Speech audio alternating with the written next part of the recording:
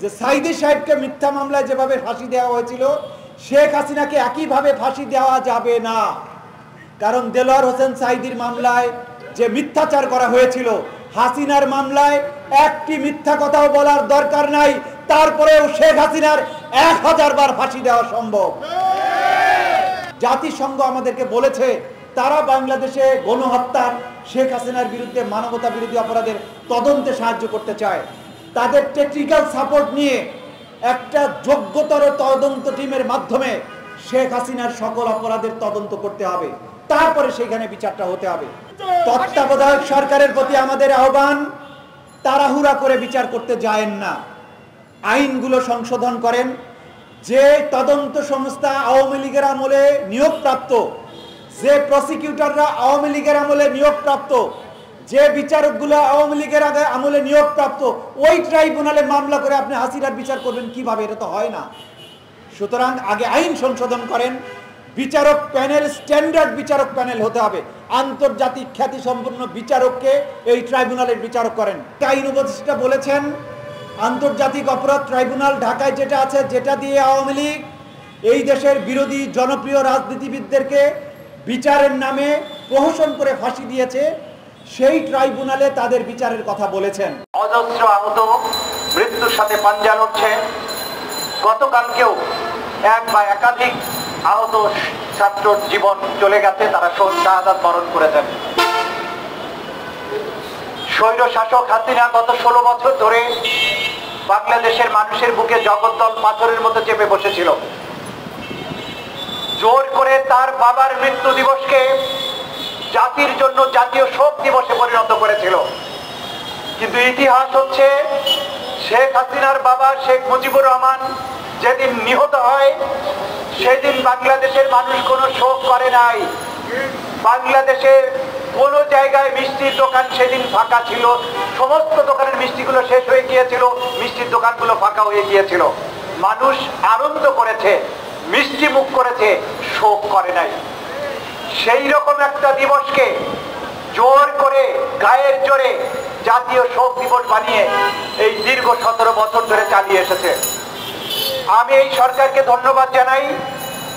15ই আগস্টে জাতীয় শোক দিবসের ছুটি বাতিল ঘোষণা করার মাধ্যমে তারা বাংলাদেশের মানুষের হৃদয়ের আওয়াজকে তারা শুনতে পেয়েছেন, তারা একটা সঠিক সিদ্ধান্ত নিয়েছেন।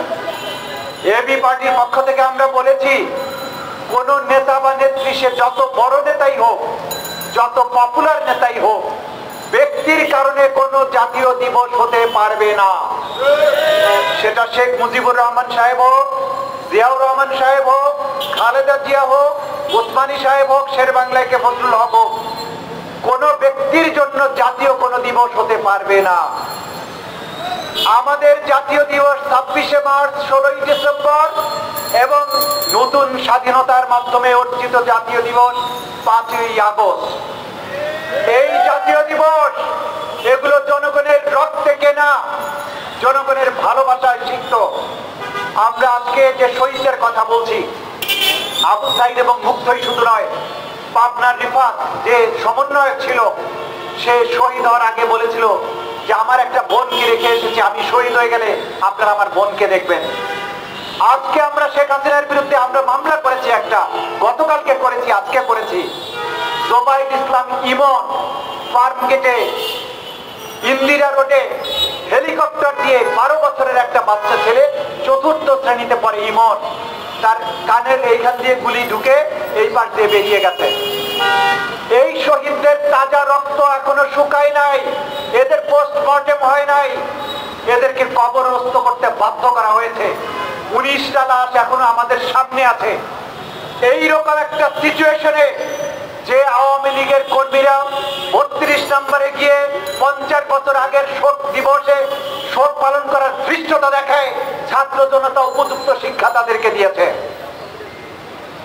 আমরা বাংলাদেশটাকে গড়ার কথা বলেছি, আগামী 50 বা 100 বছরের জন্য আমরা বাংলাদেশকে একটা সঠিক লাইনে তুলতে চাই।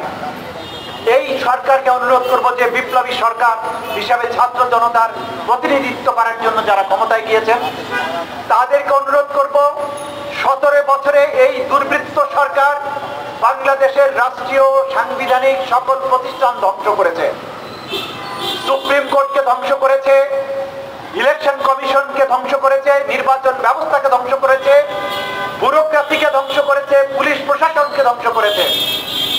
শুধু ধ্বংস করে ক্ষান্ত হয় নাই, তারা যে গণহত্যা চালিয়েছে সেই গণহত্যার নাম হচ্ছে ক্রাইমস এগেইনস্ট হিউম্যানিটি, মানবতার বিরুদ্ধে অপরাধ। 1971 সালের মুক্তিযুদ্ধের সময় পাক বাহিনী নির্বিচারে গণহত্যা চালিয়েছিল। তাদের অপরাধের চেয়ে শেখ হাসিনার অপরাধ কয়েক গুণে বেশি। কেন? কারণ হচ্ছে পাকিস্তানিরা মানুষ মারলেও তারা সুপ্রিম কোর্টকে ধ্বংস করে নাই। পাকিস্তানিরা 30 লক্ষ মানুষ মেরেছে, কিন্তু তারা বিচার বিভাগকে ধ্বংস করে নাই, প্রশাসন সিভিল ব্যুরোক্রেসিকে ধ্বংস করে নাই। হাসিনা ছাত্র জনতাকে, নিরীহ ছাত্র, বাচ্চা, শিশু তাদেরকে শুধু খুন করেছে তা নয়, সে সুপ্রিম কোর্টকে খুন করেছে, বিচার ব্যবস্থাকে খুন করেছে, নির্বাচন ব্যবস্থাকে খুন করেছে। সুতরাং তার বিচার অবশ্যই ইন্টারন্যাশনাল ক্রাইমস ট্রাইব্যুনাল অ্যাক্টে যে অপরাধের কথা বলা হয়েছে সেই অপরাধের মধ্যেই তার বিচারটা হবে। কিন্তু তার আগে এই তত্ত্বাবধায়ক সরকারের উপদেষ্টাদের প্রতি আমাদের স্পষ্ট কিছু বক্তব্য আছে। গতকালকে আইন উপদেষ্টা বলেছেন আন্তর্জাতিক অপরাধ ট্রাইব্যুনাল ঢাকায় যেটা আছে, যেটা দিয়ে আওয়ামী লীগ এই দেশের বিরোধী জনপ্রিয় রাজনীতিবিদদেরকে বিচারের নামে প্রহসন করে ফাঁসি দিয়েছে, সেই ট্রাইব্যুনালে তাদের বিচারের কথা বলেছেন। এই জায়গায় আমাদের কিছু বক্তব্য আছে। ইন্টারন্যাশনাল ক্রাইমস ট্রাইব্যুনাল জাতীয় এবং আন্তর্জাতিকভাবে ব্যাপকভাবে বিতর্কিত এবং অনেকেই দাবি করেছিলেন এই ট্রাইব্যুনালকে বিলুপ্ত করে দিতে হবে। জাতিসংঘ থেকে শুরু করে সকল আন্তর্জাতিক সংগঠন এই ট্রাইব্যুনালের নানা দোষ ত্রুটির কথা বলেছিলেন। আমরা আইন উপদেষ্টাকে অনুরোধ করব, আন্তর্জাতিক এবং জাতীয়ভাবে যে সমস্ত সমালোচনা করা হয়েছে এই ট্রাইব্যুনালের আইনগুলো সংশোধন করে এই সমালোচনাগুলোকে আমলে নিয়ে যেসব ত্রুটি আছে সেগুলো সংশোধন করে নতুন বিচারক, নিরপেক্ষ বিচারক দিয়ে, নিরপেক্ষ তদন্ত সংস্থা দিয়ে, নিরপেক্ষ যোগ্য প্রসিকিউশন টিম দিয়ে শেখ হাসিনা এবং তার সহযোগীদের বিচার করতে হবে।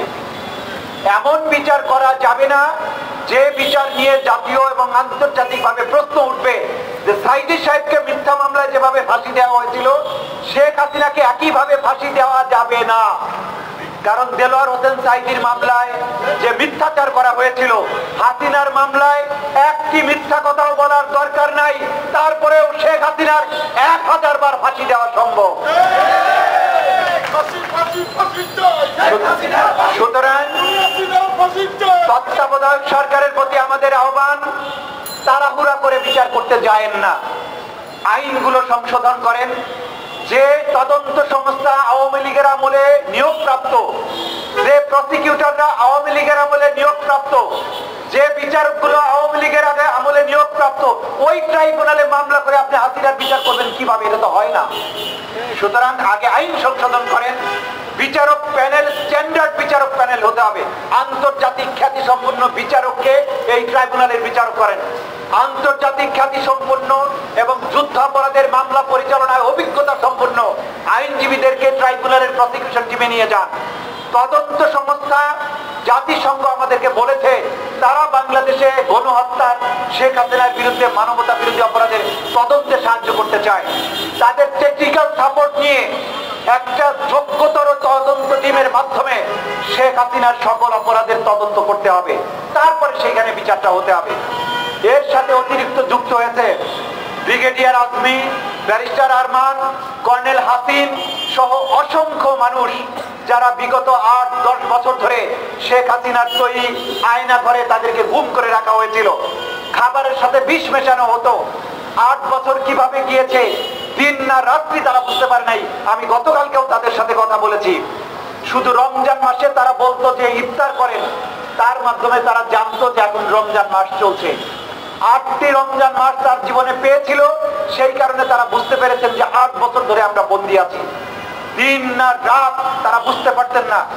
তারপরে একজন মানুষের যতটুকু খাবার দরকার তার 4 ভাগের 1 ভাগ খাবার তাদের দেওয়া হতো। খাবারের মধ্যে স্বল্প মাত্রার বিষ প্রয়োগ করা হতো। খাবার খাওয়ার পরে তাদের শরীরে জ্বলুনি হতো। এখন তাদের চিকিৎসা চলছে। এই যে গুম, abduction as crimes against humanity, এইটার মতো অপরাধ যে সরকার করেছে তার বিচার অবশ্যই আন্তর্জাতিক স্ট্যান্ডার্ডে হতে হবে, তা না হলে এই অপরাধ ক্রমান্বয়ে আবারও ভবিষ্যতে সংগঠিত হতে পারে। আজকে এবি পার্টির পক্ষ থেকে সরকারের প্রতি আমাদের সুস্পষ্ট এই দাবিগুলো জানিয়ে, যে আইনজীবীরা যুদ্ধ অপরাধের মামলার বিচার করেছে, সম্পৃক্ত ছিল, তাদের মতামত এবং পরামর্শ নিয়ে তাড়াহুড়ো করে হাসিনার বিচার করে 10 বছর 15 বছর পরে তাকে ফেরত আসার কোন রাস্তা বাংলাদেশের জনগণ আর রাখতে চায় না, এটা দেখতেও চায় না। আসুন এই বাংলাদেশকে আগামী 100 বছরের জন্য আমরা প্রস্তুত করতে চাই। আর কোন স্বৈর শাসক, আর কোন নিপীড়ক বাহিনী, র্যাব, পুলিশ যারা জনগণের বুকে গুলি চালায়, এইরকম কোন বাহিনী বাংলাদেশে আর ফিরে আসুক আমরা এটা দেখতে চাই না। আমরা সেই পুলিশ বাহিনী চাই যাদেরকে জনগণ ফুল দিয়ে অভ্যর্থনা জানাবে, যারা জনগণের প্রত্যেকটা বিপদে এসে পাশে দাঁড়াবে। আমরা সেই বিচার বিভাগ চাই যেখানে মানবাধিকার লঙ্ঘিত হবে না, মানবাধিকার সংরক্ষণের জন্য তারা ভূমিকা রাখবে। সেই বিচারককে চাই যে বিচারক দণ্ডদাতার সাথে, দণ্ডিতের সাথে দণ্ডদাতা সমানভাবে কান্না করবে, সেই রকম বিচার ব্যবস্থা আমরা চাই। তা না করে এক দল বাদ দিয়ে আরেক দলকে ক্ষমতায় আনার এই পালাবদলের রাজনীতি আমরা বাংলাদেশে দেখতে চাই না। তাই তত্ত্বাবধায়ক বা আজকে বিপ্লবী সরকারকে বলবো, এমন ভাবে সংস্কারটা করুন যাতে 100 বছর বাংলাদেশ নিয়ে কোনো চক্রান্ত করার সাহস কেউ না পায়। শেষ কথাটি বলতে চাই, বাংলাদেশকে নিয়ে প্রতি বিপ্লবের হুমকি দেয়, বর্ডার দিয়ে ভারতীয় বাহিনীকে বাংলাদেশে আক্রমণের আহ্বান জানাই দুর্বৃত্ত সজীবদের জয়। আমরা স্পষ্ট করে বলতে চাই, কবিতা দিয়ে তার জবাবটা দেই, আমরা পালিয়ে দেব না যেতে কোনো হানাদার, রক্তের লোভে যারা আসে বারে বার, বারুদের উপহার যত চাই দেব, উজার দুহাত ভরে শোধ নেব ঋণ, দেব না ছেড়ে 1 ইঞ্চি জমি। সবাইকে ধন্যবাদ।